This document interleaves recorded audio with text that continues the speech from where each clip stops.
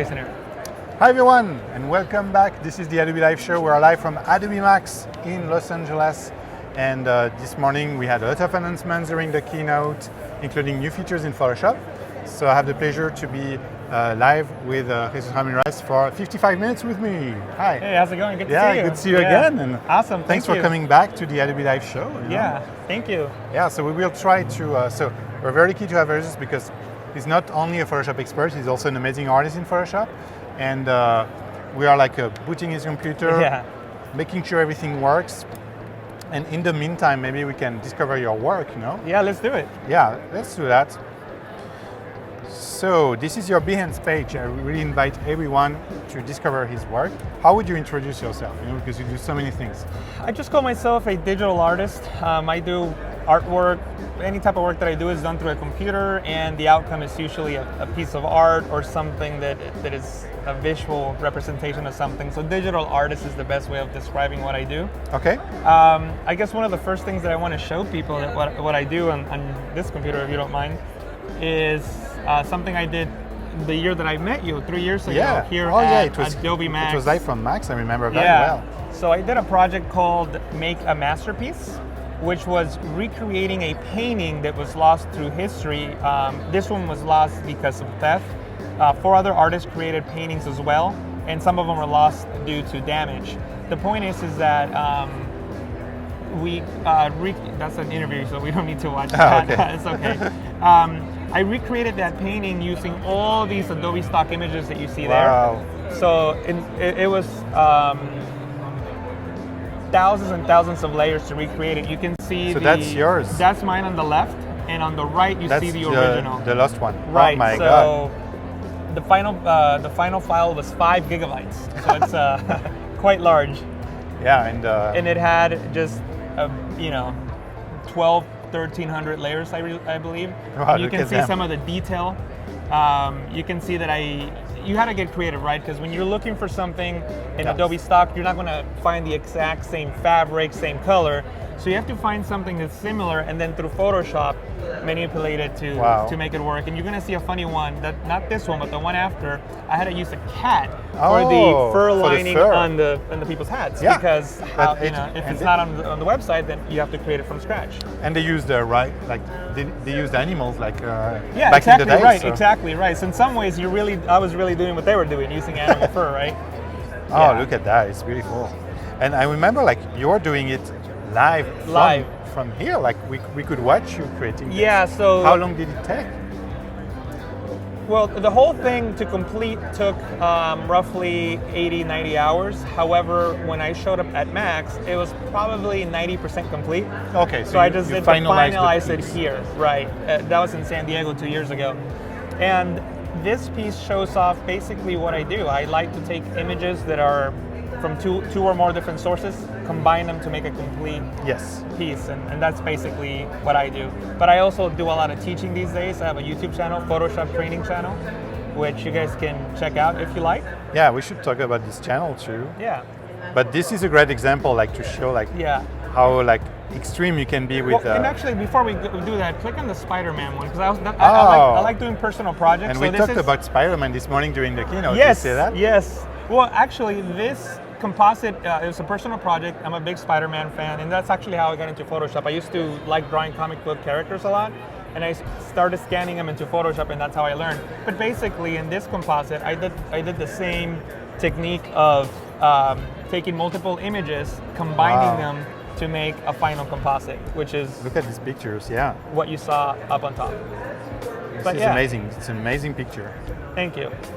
And someone was asking, so what is your Behance? So I will zoom in. My Behance is JR from PTC.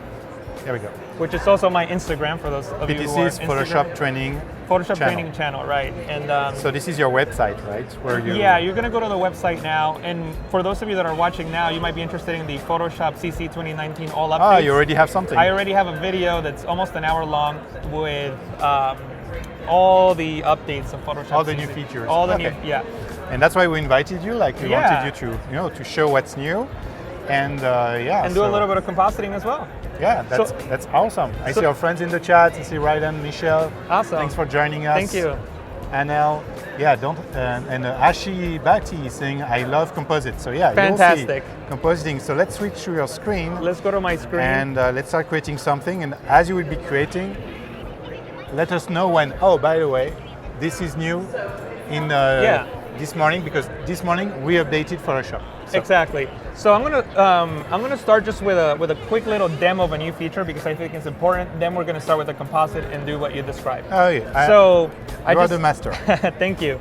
So in my opinion, one of the best new features of this version of Photoshop is the content-aware fill. As you know, previously. I didn't get it, so what's new? Yeah, so I'll show you what's old and then I'll show you what's new. So before, if I wanted to remove this person's hand that's a very from the photo. That's a big thing to remove. Huh? Yeah, because you notice that this is a very difficult pattern. You know, usually when you see a demo like this, it's a person on a beach with water and sand the sky. everywhere. Yeah. And I'll show you what it used to look like before. You'll notice two things. If you go into Edit and Fill, you would get the fill dialog box here, and you can select content aware, and you don't really have many options besides color adaptation.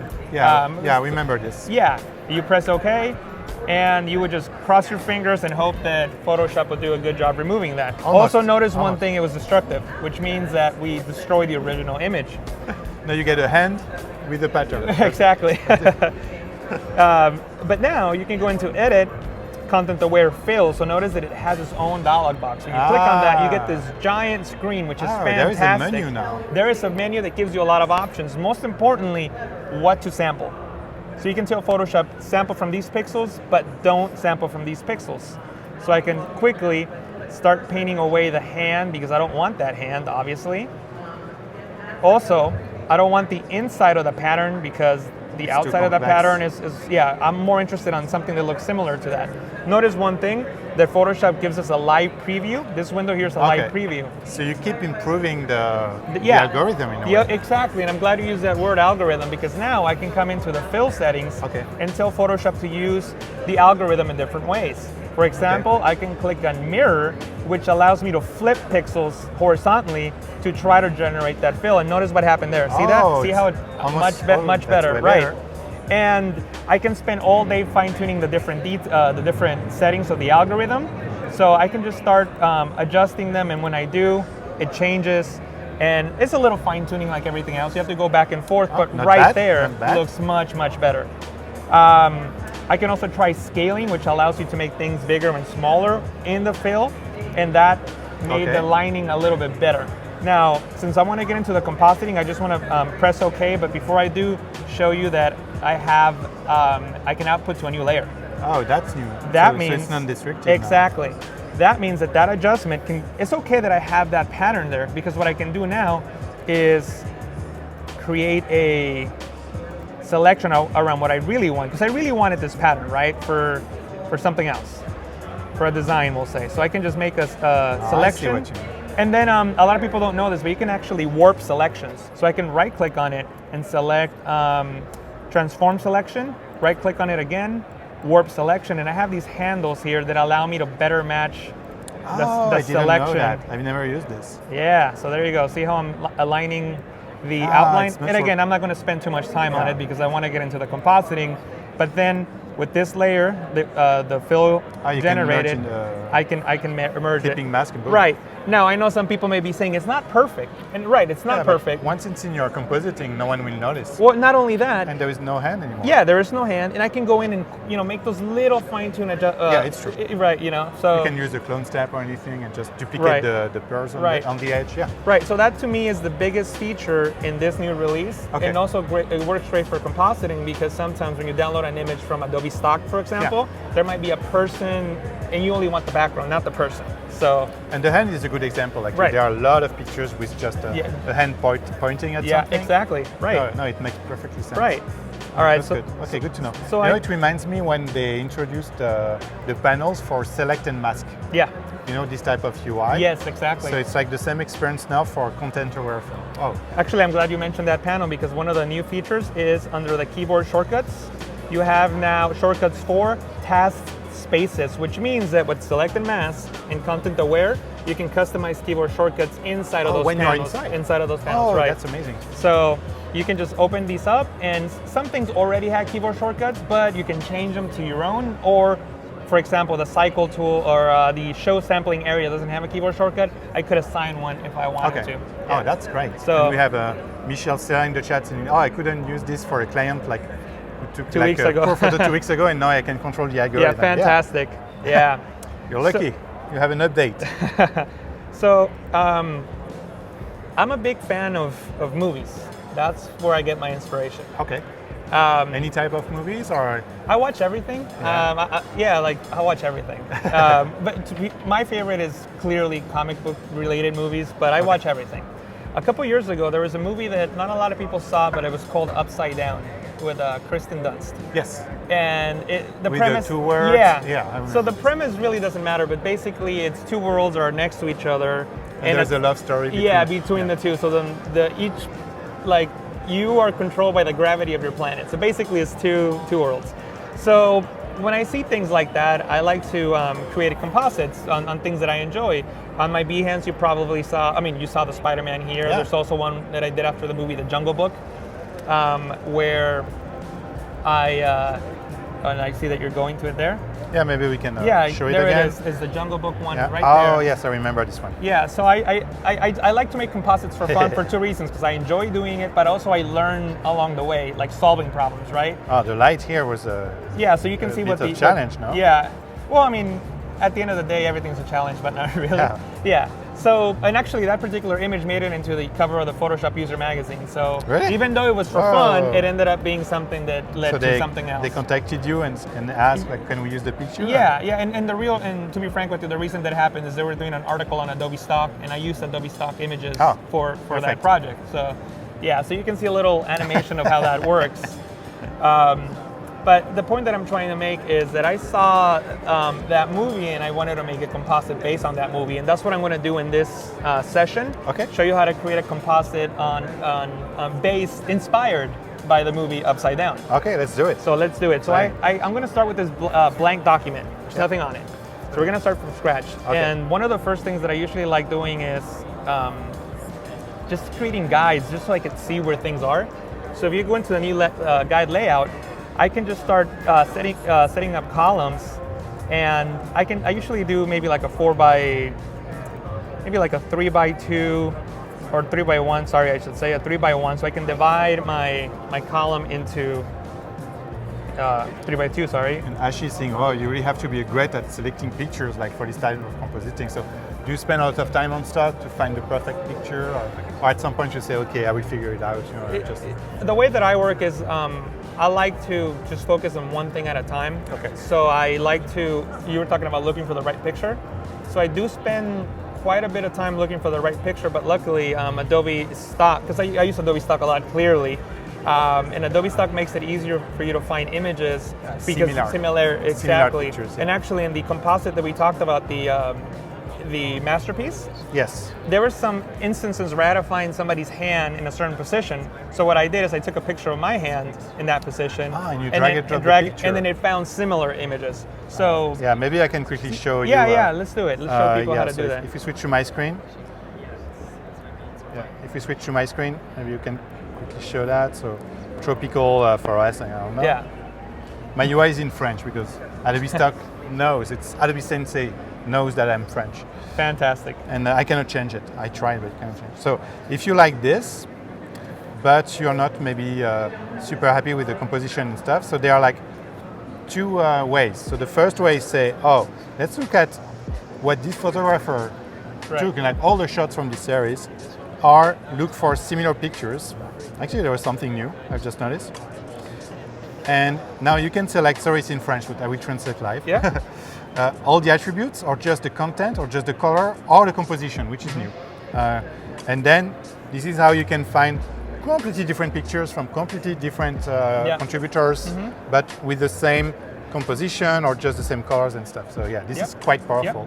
And if you scroll up to the top, you can see that there is, you don't have to scroll up, you can see the little camera icon. That allows you to upload your photo and find something that's similar. So that's great. So that's what I did for that composite. Okay. To answer your question. Awesome, thank you. But in this case, Yes. I did all the hard work beforehand. And so I have a Creative Cloud library with a couple images. And what I want to do is I want to create, like we said, a world that has two upside down worlds, right? So this one is beautiful. You have a beautiful skyline. Exactly, and I'm glad you used that word beautiful because I really like the color scheme in that photo. Yes. And I decided that I want to use the color scheme that's in this photo. So I'm gonna reference all my edits to try to match. That will be your master. My master, right? It looks great. Yeah. Yeah. There's a little bit of mist, it's misty atmosphere. And actually, I want this to be my top world. And actually, something I should mention now because I just remembered it. One of the newest features in Photoshop is the scaling. When you you don't have to press shift. You don't have to press shift anymore to scale. So right now I'm not pressing shift. See my hand? Yeah. And if I hold shift, now it free transforms. Okay. So they flipped it. Now I should warn people because this is something that confused me. Is that if you're working with a shape or a vector, and let me change the color so it's easy to see. If you're working with a shape or vector, not pixels, and you do the same thing, Control-T, Command-T to transform, and I scale, I'm not holding shift, notice what happens. Oh. So it's not the same. So it's not for vector shapes. Not for vector shapes. I don't know why that is. I don't know if you know. But if you hold shift with a vector, then you scale in proportion. I mean, the Photoshop team is here at Max, so we should ask them. We should ask them, yeah. But that can be a little confusing for people who are starting out. I agree. So just watch out for that. It's clearly a feature that has been also introduced for beginners, to do something that makes sense. Yeah. Such as the new Command-Z, like everyone was excited in the chat this morning, like Command-Z, yeah. So keep in mind that you can you have to hold shift for a vector still. Okay. Okay. Good to know. Simple as that. Anyway, so I decided that I'm gonna make this the top part of my image. So I'm just gonna click and drag it upside down. There we go. And usually when I'm working, I'm not really worried about too much. Notice that it's linked to the Creative Cloud. Essentially, it's a smart object, so I can scale it all I want, and I won't destroy any pixels. So right now, I'm just laying it out right now, and then I'll worry about the details later. So there it is. That's my image. And actually, I'm actually gonna make it even a little bit larger than that. And I'm still holding shift because, of course, I have it. I know. It will take time for me too. It will take some time. But anyway, there's my upside part of the design. Now, I gotta bring in the next image. So I have a photo here of New York City. There it is. And I'm still holding shift. Yeah. It's just so hard to get rid of those habits, right? And what I'm doing here is I'm placing the Empire State Building on that line because I divided the composite into three. The rule of thirds. The rule of thirds, right? So I'm trying to place a main object in that spot. Is it for the composition, so the eye can really count this detail? Yeah, so again, right now I'm just laying things out. I'm not really sure, but I'm always thinking of where, because this building obviously sticks out from the rest. Yes. So your eye is immediately gonna go there. So why not place it in that third spot, and then maybe I'll place my subject on the other side to balance the negative space, right? So I'm already thinking of that in advance. Now, we all know about masking. Very simple. I like. You might think that when you see me do this, I'm being very loose, and I'm not going into every pixel and try to get the perfect selection, because a lot of times you don't need to. Okay. Especially when you start matching colors, start matching luminosity. Some of those pixels that may not look good in the beginning, when you make those adjustments, they match. And if they don't, then you spend the time fine-tuning them. Okay. But I don't spend time fine-tuning until I need to. Okay. Time is very important, of course. So I'm just going to click and drag on the quick selection tool. We have Music Luz in the chat who is playing around with Photoshop while watching you. So. Fantastic. And I'm just going to combine that selection. Oops, I pressed the wrong key there. Click and drag to add to the selection just because I want to add a little bit of the sky. Okay. And then just mask that out. And even though I have a sharp line, you'll probably notice that if I blur it, it's going to start matching, right? Yeah. So again, that's what I mean. You don't have to be so precise until you need to. Now, the biggest problem now is that this building here is really not working for me. So I can do two things. I can move the image and see if I can find a better area. Because it's competing with the It's competing with that one, right. Now, one of the things that you might think about is I can flip it, right? Yeah. But if you do that, then the light is going to be coming from the opposite side. So right now I have the light coming from both sides. So that's one of the problems that I have to fix. The next problem that I need to think about is the color and also the scale. You might notice that some of these buildings, like this building and this building, look like they should be in the same space, but they're not. So maybe I need to make the top one just a little bit larger, so we can try that. So I'm just gonna make it just a little bit larger. Okay. And see how we can place it. And so what I think I'm gonna do in this case is maybe move this one to like right about maybe here, and then I can maybe mask that out. So, or not mask it out, but like clone it out, right? Okay. So there's so many ways that we can do that.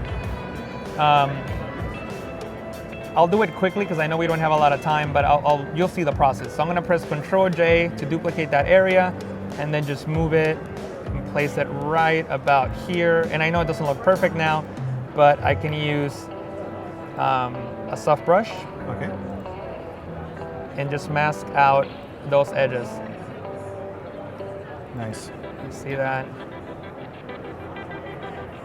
And I need to get a few more of those pixels. And that's a nice technique. And actually, a lot of the things that you do in Photoshop is fine-tuning. So like, I'll spend more time working on little fine-tuned details than anything else. So that's something very important to keep in mind. And actually, just to make things easy, I just brought my mouse, but usually with a Wacom tablet, you can really get in there. So anyway, so I'm just gonna put all those into one single group, just so that they're controlled by the same layer, right? And again, I can go in there and keep fine-tuning those details. We won't worry about them for now. Again, I don't even know if I'm gonna keep them at the end. Maybe when I start adding things maybe there would be a character on top. top. Yeah, so we'll just work with that. Now there is a big, huge problem here, which is the color. And we said when we started the stream that I like the color and the feel of the image on top. Yeah. And I want to apply that to the image on the bottom. Yeah. And there's a really cool technique that not a lot of people know to match colors in Photoshop. And I don't know if you are a person who color corrects images in Photoshop. If you do, then you probably know that we have the curves adjustment layer that allows you to control the tonality of an image. But for some reason, Adobe likes to hide the good stuff. Adobe hid the good stuff under the auto button. Okay. And if I hold the Alt key and hit auto, I get 4 different algorithms that allow me to control how the colors are auto color corrected, right? Oh, now, like the algorithm for auto color, you can change it. Yeah. Oh, okay. So you can change the algorithm. Not only can you change it, but you can tell it what to do. Now, in this case, I don't want the auto color to make my image neutral, meaning no color cast, none of that, right? So I could, and just to explain, because I like to tell people what Photoshop is doing, because if I just give them a recipe of press A, press B, press C, you don't really know why it's working. So I like to tell people why you're pressing A, why you're pressing B, and why you're pressing C. So when you're color correcting an image using fine and dark colors, which I think is the best algorithm for removing color casts, you're simply telling Photoshop the shadows are black and the highlights are white. Yeah. Simple as that. But when we're compositing, we don't necessarily want to make everything neutral. We may want to match the color. So the important thing to do is click on the thumbnail for the curves adjustment layer. Yes. Then click on this icon to clip it to the layer below. That means any adjustment that I make will only affect the bottom layer. See that? Okay. If I go back into that algorithm section, now I can go back into fine and dark colors, which is not the default algorithm. You always have to change it. If you want to change the algorithm, you check on that box. Okay. But now I gotta tell Photoshop I don't want black to be the dark color. I want it to be whatever the darkest color is here. So that dark blue. And see how it changed at the bottom? Okay. Now I gotta tell Photoshop what color are my highlights. Notice the highlights have that little beige color. Yes, see that? Yes. So I can click on the highlights and then select. I'll probably select this color because it's very similar. to that. Okay, So it's getting better. once I do that, it's starting to match, right? You can always fine tune your colors so that you could fine tune them nice. and match them. You don't have to stick with the color that you select. And I can come to the shadows and I can adjust them as well until I get a good enough result. And I'm looking at the shadows of the buildings that are darker and trying to see if it matches. Yeah, to see if it matches. It's much better now. And again, I can keep fine-tuning the image until we get the perfect colors, so I don't want to spend too much time here, but I'm trying to get it close enough. So there you go, I'll press OK. So now, Photoshop will always ask you, do you want to make these new colors defaults? No, you don't. No. So there you go, no. So that's before and after. Wow. Now I can work with the luminosity of the image. We adjusted the colors. Now I can adjust the luminosity. So I can use the curves adjustment layer to control the luminosity and try to make it match the image above. So see how it's already looking like a much more realistic image? See that? Before and after. Little S-curve. Yeah, little S-curve, that's all it was. It's good. I can come into the mask now and I can try two things. I don't know if this is gonna work, but I can try it. And I'm gonna zoom in. I'm gonna try to remove that sharp line now. And you notice that we have a feather slider. If you select the layer mask, I can click and drag on the feather slider, and you see how it's blurring that line. But I'm also blurring the antenna. Yeah. So I have to decide: do I want to duplicate the antenna on top of that, or blur it some other way? So you know, you have options. In this case, but why not? Maybe it can be also a little bit in the clouds. Yeah. That There you go. Too, That could work. So in this case, I'm just gonna feather it so we blur the line, and I'm also going to change the mask, because remember, masks are non-destructive, so I can paint with white and just bring it back if I need to. And that was too harsh. So this is again the fine-tuning part that I'm talking about. Yeah, you have to. That's the one that takes time, right? Yeah. So I'm not going for perfection. I just want to show. Again, like here, you're like kind enough to just work with the mouse, you know, like on the and booth. talking and trying to read. It's easier with a Wacom tablet. And when you're not talking. And soon, and one day it will be easier on the iPad. And look at the fireworks there. And select this. That's a chat and win moment. So let's play a short video introduction, and we will give away something amazing for our friends. Let's do it.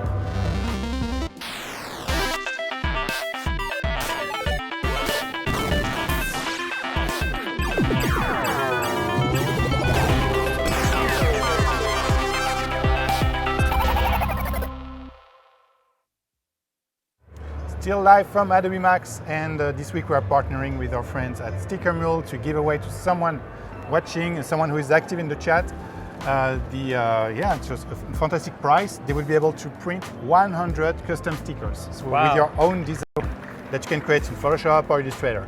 So how does it work? Just be active in the chat.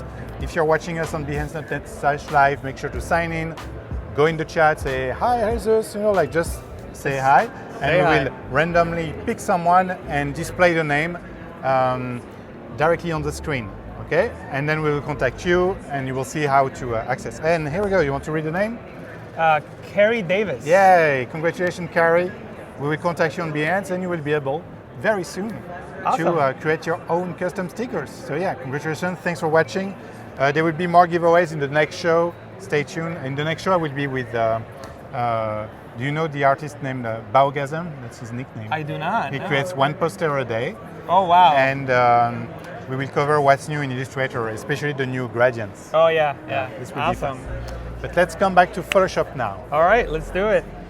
Okay, so now that we'll call this good for now, and again, we don't need to fine tune and spend a lot of time now because we never know if we're gonna keep it. And you don't want to spend hours fine tuning and then realize, you know what, I don't like this. Yeah, I'll just place a bird on top. Yeah, just place a bird on top, exactly.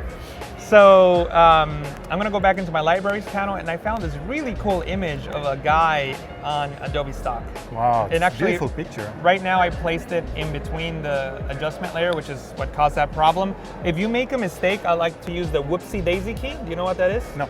The escape key, whoopsie daisy, press escape, and you go back and do it again. So if you accidentally open up a panel, whoopsie daisy, escape key. So if I make a mistake, the first thing I do is hit the escape key. Interesting. Anyway, so I just gotta click on this layer to place it on top of that layer. On top, yeah. So click and drag and drop it. And I'm just gonna make it larger than I need it. To work with. Yeah. And you will scale at the end. Exactly. Don't press shift. Yeah, I know. He saw I saw your hand. my fingering hovering over the shift key. Press shift. Yeah. And what I'm going to do is I'm going to convert it into a smart object, just so that I could work on it on a separate layer. Convert to smart object, so I can double click on it, and it opens up in a new tab, not a layer. I said layer. There it is. And what I'm going to do now is extract it. In the keynote, I believe, this morning, we saw a feature that was already in Photoshop, but they showed it again, which is the select subject. So we'll see how good it does. I don't know if it's going to work, but we'll see. It's not easy here because the sky is like has a lot of text. Oh, it's not bad. Really good. And if I just click on the layer mask, look at that. Simple as that. Not bad at all. And you can still use this panel, like the selected mask panel. Oh yeah, of course. So I can double click on this. It brings up the selected mask button there. And I can start adjusting it if I need to. I'm not going to, again, I don't want to spend time unless I need to. So I'm just going to... It's a smart object, right? So a smart object. I can always come back. Non-destructive. Always come back and fix it. Close it, click yes. There's my guy. And I mean, right now it looks pretty good, right? I'm sure that if I zoom in into like maybe his hand, you know, actually it still looks pretty good. I think we might have lost a knuckle here. But, you know, I can easily go back in and paint it. Yeah. So now we need to make sure that this person also matches the scene. And I'm already... The light is good already. No? Yeah, good. The light is in the right direction. Oh yeah, good point. The light is in the right way. Actually, I'm glad you brought up the light because when you said it, I thought about something. The light is good, but I don't like how dark it is on his right foot or left. So why don't we fix that? Okay, so how can you fix it? Well, we could take one of these selection tools, it doesn't matter which one. Okay. Copy that, click on the image, and press Control-J, which is Command-J on the Mac, to duplicate it.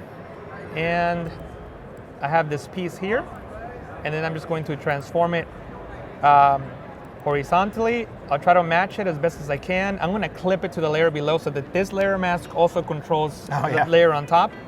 Control-Alt-G. Just adding some texture, yeah. Yeah, but obviously I don't want it to be exactly the same, so I'm just gonna like quickly here just try to see if I could, you know. Yeah, some randomness, right?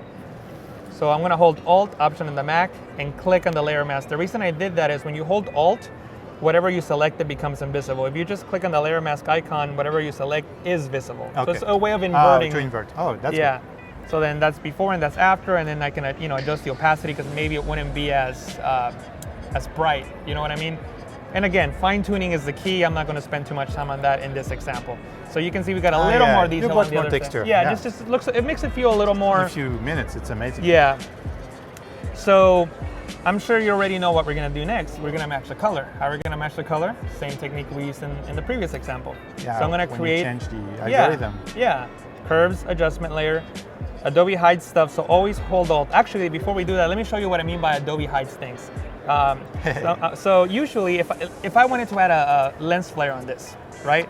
What most people do is they create a fill layer. Fill layer. Then they go to Filter, Render, Lens flare, and then they select the lens flare that they want and the intensity that they want. They hit OK, and OK, that's cool. And they select. Oh, that's new, light. By the way. You're right, the good call. Live preview. I've been using it for a couple of weeks, and I actually got used to that already, but I haven't gotten used to the shift key.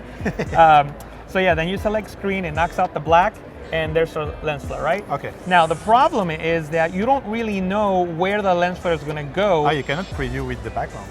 You cannot preview with the background, but you can look at your info panel, Windows, Info, and I'm going to test your memory. I see where you're I'm going to test your memory. We'll put it here, right in this point. Remember the X and Y coordinates, 1280, what is it, 1285? Where is it? 1280. Oh, here, 12LD by 548. 548, 1280 by 548. Remember those numbers. Okay. So then, I can just create my black layer, there it is. And I can even set it to screen, it doesn't really matter.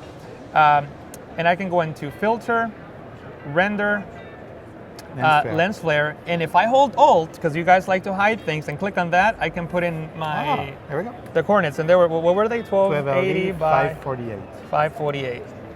548. Press OK. The lens flare will go to precisely that spot. I can adjust it just like I could before. Press OK, boom. And it's right on that spot. So Yeah. Oh, thanks. The chat is like. Oh, thank you, reminding thank you. us. Yeah, Thank you. I was not going to remember. That's great. I usually, when I do that, I write it down on a piece of paper. Yeah, right. I'm not as smart as some of the people there who paid attention. Anyway, so that's another one of the things that Adobe likes to hide. And actually, one of the things that Adobe likes to hide that you guys probably have been wondering about is that banana tool right here. So if you What happened? If you guys there was a banana. if you want to play a trick on your friends, What did you do? you can go into the three-dot icon, which is usually there. Go to Edit Toolbar. But there is a banana. If you hold the Shift key and click on Done, it adds a banana onto the toolbar. Shift key. Right now, I took it out. But is it a joke from the Photoshop team? It's or- a Easter egg. It's a joke. Yeah. Ah, okay. Yeah. So a good one. it doesn't do anything. But if you're Oh, at it's school cool. at work and Yeah. your friend goes to take a drink of water or to the bathroom and comes back, he's gonna say, "What is that banana on there?" Anyway, so back to Photoshop. So we have this curves adjustment layer. Hold Alt, Option on the Mac, click on Auto. We have the algorithms here, and I made a mistake. And and this is probably gonna happen to you if you're not paying attention. I was talking, I wasn't paying attention. Yeah. You didn't clip to. Now you're changing everything, no? Yeah. Oh, well, The entire image, no? watch what's gonna happen. Oh yeah. See it turn white. Oh, yo. And the reason that happened is notice the focus, these little white outlines in the layer panel. See how I have this white outline on Yes, the yes. So everything in that layer mask is white. So no matter where I click on, I'll select white. So what I need to do is click on Oh, the you click layer on the- thumbnail. here. So make sure the focus is in the Yes, layer yes. thumbnail. And you're right, I also forgot to create the To clipping clip. mask. There it is. Yeah, okay. So now when I make an adjustment, it's only gonna flag this flying guy. So I can go into auto while holding Alt, click on Fine and Dark Colors, and do the same thing. Just select the darker blue, press yeah. OK, and one of these It's so- lighter colors, Wow. and adjust them as need be. And again, I can adjust the luminosity of the... After. Oh, I gotta press OK, yeah, I'm getting ahead of myself here. S curve. Yeah. And it doesn't have to be an S-curve, but you know, No, in this but case in this it works. case, yeah, you need some So that's something epic. Yeah, so that's before and after. See that? See how the shadows and highlights being the same color as that image above makes everything be a little more cohesive? So what I can do now is actually just work on this guy. So I can press Control-T, Command-T to transform. I can scale him to be a different size. I can rotate him. Maybe he's not, maybe he's going this way. Yeah. You know, like it doesn't really matter. So I can place him Depends here. on the gravity on that day. It plays on the gravity on that day, exactly. And also notice this, I'm using the rule of thirds, so now he's the main subject here, he's the main subject there, and I can adjust it. The building. Also, I want to show one other thing, just because I see this problem a lot, right? So if we were taking, if this was a real photo, right, and we took a picture of him, and he's maybe, like 20 feet in front of us, he would have more contrast than if he were further back. And in art, that's called atmospheric perspective. And actually, now that I'm thinking about that, I have a file that I could show you here. Atmospheric perspective, I think this is it. Yeah, so this is an example that I show when I'm teaching atmospheric perspective, Okay. which is we have these trees, Yes. and the further back the trees recede into the background, they lose contrast. Yes. They because there's atmosphere, there's particles in the air, clouds, Mist. smoke, whatever. So if in this very simple example, if we wanted to make it seem as if this tree was further back into the background, we would just match the contrast. So that we match the contrast there. Make it that gray color, move it there. Now it looks like there's a giant tree in the back, right? So that's it. That's all that's it is to do. So one of the biggest mistakes I see with people first starting out in Photoshop when they want to recede something into the background, they don't really think about the contrast of the image. So we'll say that, see, I'm doing it again, the Shift key. Oh man. So if I recede them that far back, he really doesn't look like it. He looks like a miniature of, he looks like Ant-Man, you know what I mean? He doesn't look big because we haven't properly receded him into the background. So there's so many things that we can do to fix that. One of the easiest things that we could do is maybe create like a solid color adjustment layer. The color really doesn't matter at this point. I'm just going to press Control-Alt-G, Command-Option-G on the Mac to apply that color to him. Bring down the opacity, and then maybe select a color that's in the atmosphere. In this case, there's a lot of that yellow in the atmosphere. Yeah. You can see that in the buildings as well. Or maybe I can even click on a building and try to select that same color. The point is that you have to select something to reduce the contrast, but that's also the color of the atmosphere. and it looks like he's further away. Now, it doesn't look like he's close to us because we're taking atmospheric perspective into the background. So that's a really important thing that you have to keep in mind when you when you are putting images together, just where they are in. It makes a huge difference. Yeah, because what we're doing here is creating a 3D world, but really in 2D. So we have to think about how our eyes see in the real world, right? So contrast is a good way of determining distance. But anyway, in this case, I don't want to put him that far back. I want him actually closer to us. So I'm just going to remove these layers and transform this other layer and make them larger. I'm not holding shift, I'm trying to remember. Good. Yeah, and actually after 1 hour of Adobe Live, yeah, after 1 hour of Adobe Live, that's the thing that I'm going to learn, to not hold the shift key. Except when you use vectors, only when you use vectors. So at this point, it's another new feature. I just thought about one. So for those of you who do a lot of compositing and drawing, one of the techniques that like if you're doing a real life drawing, right? You might be drawing something, and for you to see the mistakes, you turn the image around or you look at it backwards if you can to try to catch mistakes. In the past, what we had to do is go into image, adjustments, and image rotation, flip canvas horizontal. To rotate the canvas horizontally. If we do that, it might take a while to make that flip depending on the size of the image, the number of layers, because what Photoshop is really doing is, for lack of a better term, destroying the pixels, right? It's moving pixels from one place to another. But we don't want to do that because it's only for our eyes to see and catch mistakes. Yeah, it's a lot of processing. A lot of processing power for no reason. For just make a decision in 1 second. Yeah, and with a composite like the 5 gigabyte one, Make a masterpiece. doing that will take 5 minutes. Yeah. But the new version of Photoshop that was just released today, you actually have a new command in the View window, which is under View, Flip Horizontal, and it flips it horizontally automatically. And you can assign a shortcut, I guess. Yeah, you can assign a shortcut, exactly, yeah. And also, I'm going to save it and close it just so you can see. I'm going to press Control S, Command S to save. I'm going to close the file, and there it is. It's in the recent. Okay, so it's just a view. It's just a view. Notice how it's back. It's just a view, so it's not destroying pixels. No, that's great. Like a lot of digital painters also, they do it all the time. Yeah. To make sure that the proportions are okay. And then your eye gets used to what you're looking at. So when you start flipping things around, your eye sees things in a new way, and you might spot mistakes. That's great. Oh, so that's new, like from this morning. Okay. From this morning, that's right. Very nice addition. Yeah, and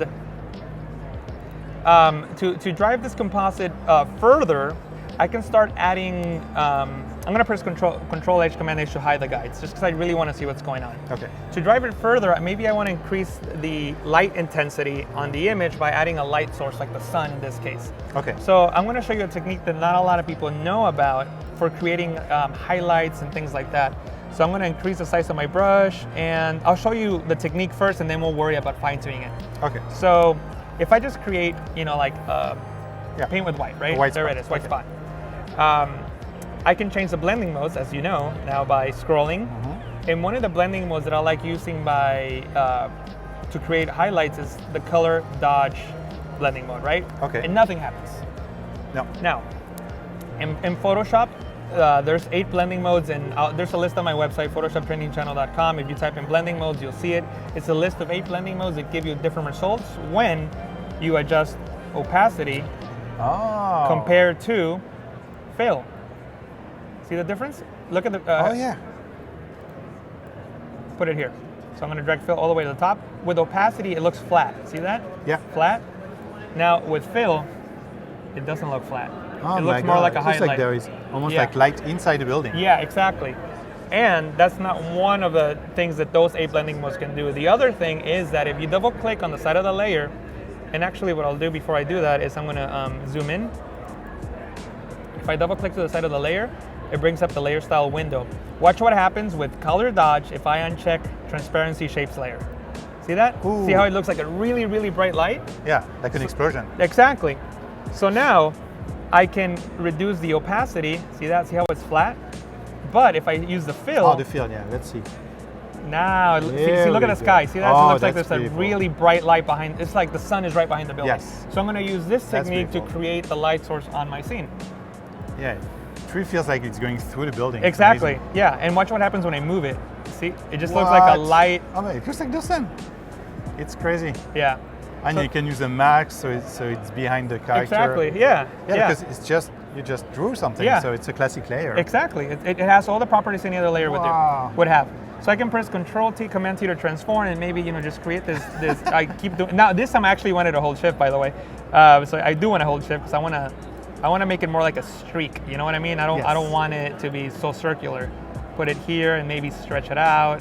And again, this is all part of that fine tuning that I've been talking about all day long. We have just like this big bright light, and then maybe I can add to Wow. it. I can add to it just by maybe adding more here. Yeah. So now that's our sun, right? We'll say Okay, it's there, yeah. it's there, just on the side, just bright light coming through. Now, So good. another, even though we use color matching, I always do another level of color adjustments for the entire image to bring everything together.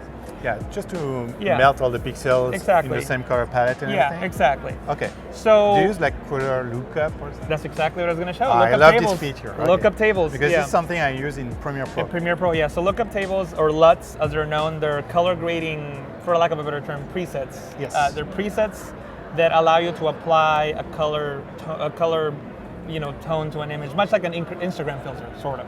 You apply. Yes. Yeah. You apply. You limit the color palette Yeah. and Yeah. yeah, and you can shift. Actually, it's shifting. I think the Yeah. highlights in a range. Yeah, the yeah, medium- yeah, right. Yeah, technically, you're doing basically like the adjustments. adjustment layers, Yeah. right? You can actually create a LUT out of that adjustment layer. You can create a LUT. You can out export of a anything. lot. Yeah, you and can. use it in Premiere. In Premiere or After Effects and all these other apps. Good to know. But anyway, so on the very top layer, I'm going to click on that, and I'm going to go into the color lookup, which are the color lookup tables, and I have all these different LUTs. They should do previews on this one too, on the scroll preview. Oh, that's new. No, they should. Oh, they did. They- Oh, yeah. Yeah. Anyway. Maybe it's too much. Yes, too much. So I can scroll through all these different adjustments and see which one gives the feel that I'm going emotion for in that my you have in image. mind. Yeah. Yeah. So I like the hot one. So I'm gonna go to not that one. There was another one, The a crisp warm? warm. Yeah, I like that one, but I'm gonna reduce the opacity because it's too strong. Okay. So I'm just gonna bump it up just enough that you could see it.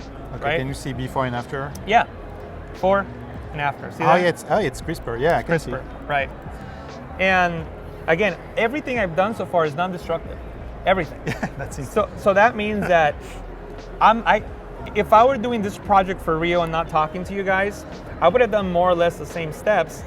When I felt that the image was close to complete, I would go back and work on the layer. Like I would go on in the there and finger. zoom in and make sure that the knuckles are, like yeah, all that because he has stuff. 5 fingers. But that's only after I reach a level Wow. where I know that I want to keep those adjustments, because I may not want to later on, because I may decide, you know what, I don't like the Empire State Building anymore. I'm going to swap it out and put a picture of any build, like the Pan American Building in San Francisco or something. You know what I mean? Yeah. So like something else. But anyway, so I'm going Or to you could replace the character. yeah, I could replace the character, anything. And the way that I've worked many years as a graphic designer, and it was engraved to me that everything you do shouldn't be destructive, because you always have a client that says, you know what, I don't want this character, I want a different character. I don't like this font, I want a different font. So that's one case, but also, so that's like the bad news. But Yeah. also sometimes they have good news, and the customer coming like 1 year after saying, I remember this amazing campaign with these funny characters. I want the same, but with a woman this Exactly. time over Tokyo. Yeah, you know. exactly. And- Exactly. But at least you have Yeah. the source file, so Yeah. you can adjust everything. So the point is that there's many reasons why Oh, yeah. you can't foresee the future. So Yeah, that's the point. It's always a good idea to always think non-destructively. When I have a composite that's more or less at this point, I can then click on the layer on top, hold the Shift key, click on the layer on bottom, right click, and select Convert to Smart Object. I should put a caveat. I only do this on smaller composites. I definitely couldn't do it on that Masterpiece Campaign Okay. composite because it's so big, and just adding a smart object that big would probably crash Photoshop, and it's not a smart idea. Okay. But if it's something like this where it's really not that many layers, I definitely like to put everything into a smart object, so then I can control it as if it were a single photo. And the reason I like doing that is because I can go into Filter, Camera, Raw Filter, and then I can treat it as a regular photo. And over here, you're gonna see all the layers, and that's okay, not a big deal. I'm just gonna zoom into the areas that I'm really I love interested this, about. because it reminds me of the controls I have in Lightroom. Yeah, exactly. So now you can treat it as a real photo. So I can do increase sharpen, Yeah. dehaze. clarity, which is contrast in the midtones. In this case, I don't think I need dehaze. If anything, I could You want add to keep haze the- if yeah, I you wanted want to add the mist. Yeah, add I just a agree. little bit haze. Nice.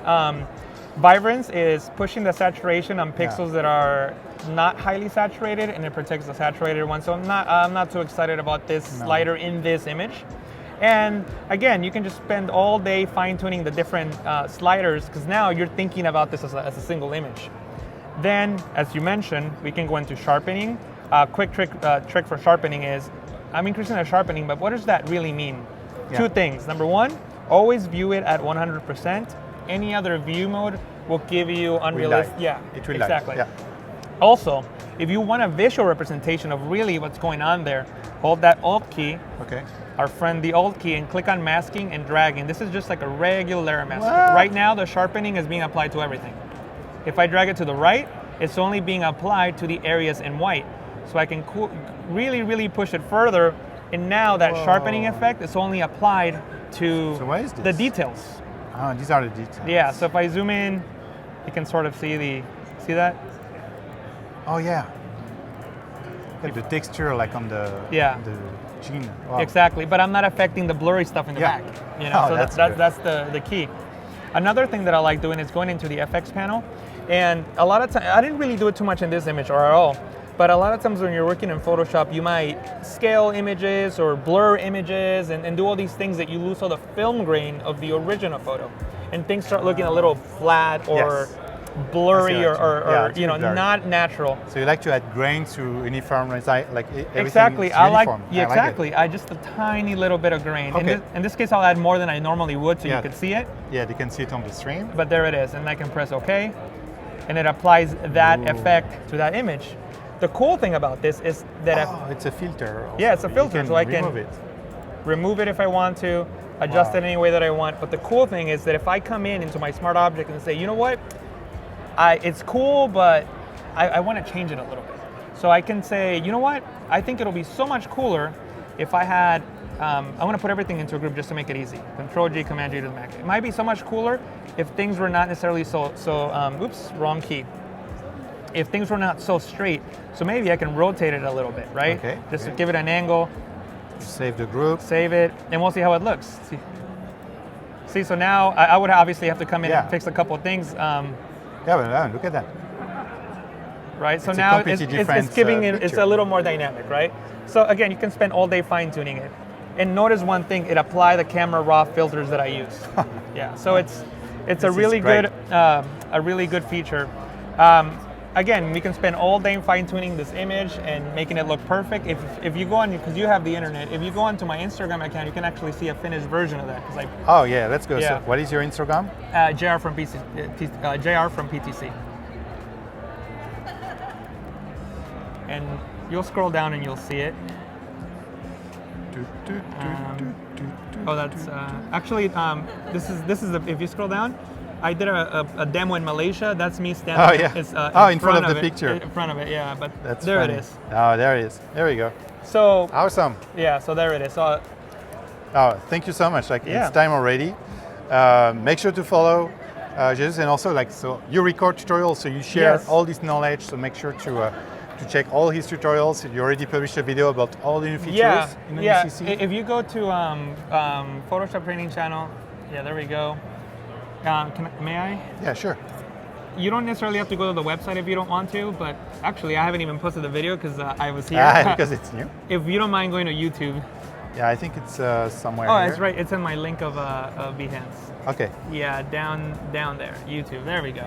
So if you go to my YouTube channel, photoshoptrainingchannel.com, I have a almost 1 hour video. There it is. Here we with go. all 51 minutes of all the new features of Adobe Photoshop CC 2019, and Awesome. a ton of other tutorials. This is great. Yeah. Thank you so much for coming and covering all these thank you, features. yeah. It was awesome. They were all amazed by your work and really grateful for all these tips. Awesome, thank you. And make sure to watch the keynote also, because we announced this morning that Photoshop is coming to the iPad Pro. So if you Yep. missed that news, there was the first exclusive demo of Photoshop on the iPad, just a preview this morning during the keynote. And yeah, thanks again. Awesome, thank See you. you soon. I appreciate it, yeah. We'll be back in 5 minutes Thank you, everybody. with Vashran. He's also known as Baugasm, and he will create a poster using the new features of Illustrator. So see you in 5 minutes. Thank you. Bye, everyone. Bye, everybody.